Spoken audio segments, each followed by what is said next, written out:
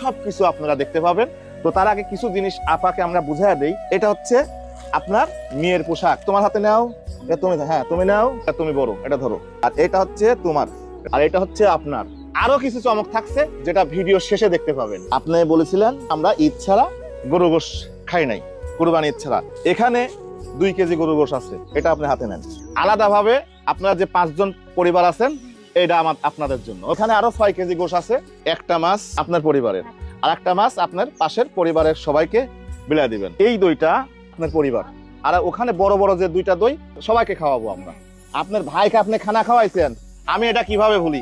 এখানে আরো কিছু আছে, এইটা আপনার জন্য, রোজার জন্য ছোলা আছে, চিনি আছে, খেজুর আছে, ডাউল, এটাও আপনার রোজার জন্য। বোনের জন্য তেল, এটা সাবান।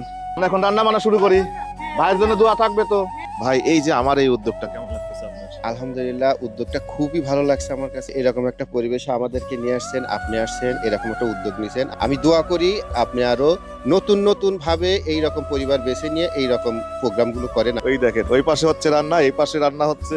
আলহামদুলিল্লাহ, অনেক ভালো লাগতেছে ভাই যে এইরকম একটা আপনার মহতি কাজ, এই কাজের সাথে আপনাকে একটু সহযোগিতা করতে পারতেছি। এই যে কাজকর্মের আর কিছু না, বাস এইরকম কাজ যেন আপনি আরো সামনে বেশি বেশি করতে পারেন। কেমন লাগতেছে ভাইয়া? অনেক সুন্দর লাগতেছে। আপনি এই ধরনের কাজ আরো করবেন, আর এই কাজগুলোর মাধ্যমে কিন্তু আমরা এই কিছু কিছু পরিবারকে এই সাময়িক সময়ের জন্য একটু আনন্দ দিতে পারি। গোশের কালার কেমন আসছে দেখবেন না? দেখাও দেখাও গোশের কালার, মাশাআল্লাহ।